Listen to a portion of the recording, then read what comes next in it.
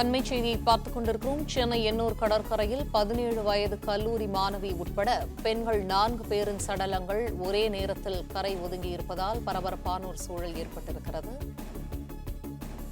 விரிவான தகவல்களை செய்தியாளர் சரவணன் வழங்க கேட்போம். சரவணன், விவரங்கள்.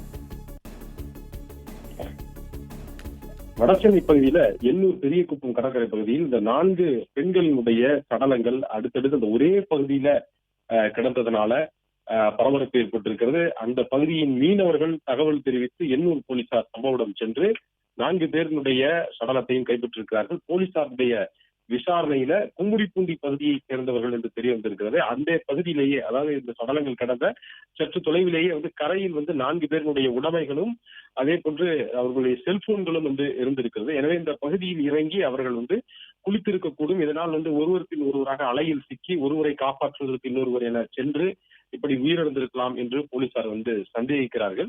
உயிரிழந்தவர்கள்ல தேவகி செல்வம் என்ற ஒரு 30 வயது மதிக்கத்தக்க பெண். இவர் கும்மிடிப்பூண்டி இலங்கை அகதிகள் முகாமிலே வசிக்கக்கூடிய பெண்.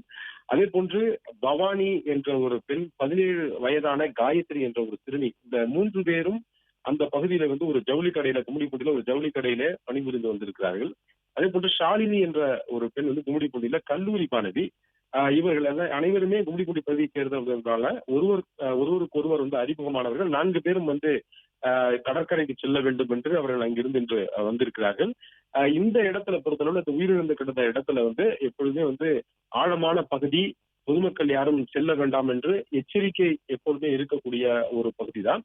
இந்த இடத்துல பொதுவாக வரக்கூடியவர்கள் இந்த கடல் என்ற பகுதியிலே இறங்க மாட்டார்கள். இறங்கிய உடனேயே ஆழமான பகுதி இருக்கும் என்பதனால, அது மட்டும் இல்லாமல் இந்த கற்கள் எல்லாமே அந்த இடத்துல கொட்டி வைத்திருப்பதனாலே கால் உள்ளே சிக்கிக் கொள்வதற்கான சூழல் இருக்கிறது என்பதனால் அந்த இடத்துல யாரும் இறங்கக்கூடாது என்று அறிவுறுத்தி வருவார்கள். இவர்கள் வெளியில் இருந்து வந்ததுனால இந்த நேரத்தில் யாரும் பொதுமக்கள் அந்த இடத்துல யாரும் இல்லாத அந்த நேரத்துல அவர்கள் கடலில் இறங்கி இருக்கிறார்கள். அலையினுடைய சீற்றம் அதிகமாக இருக்கும் பொழுது ஒருவர் சிக்கிக்கொள்ள அவரை காப்பாற்றுவதற்கு ஒருவர் பின் ஒருவராக சென்றதாக போலீசார் தரப்புல சந்தேகிக்கிறார்கள்.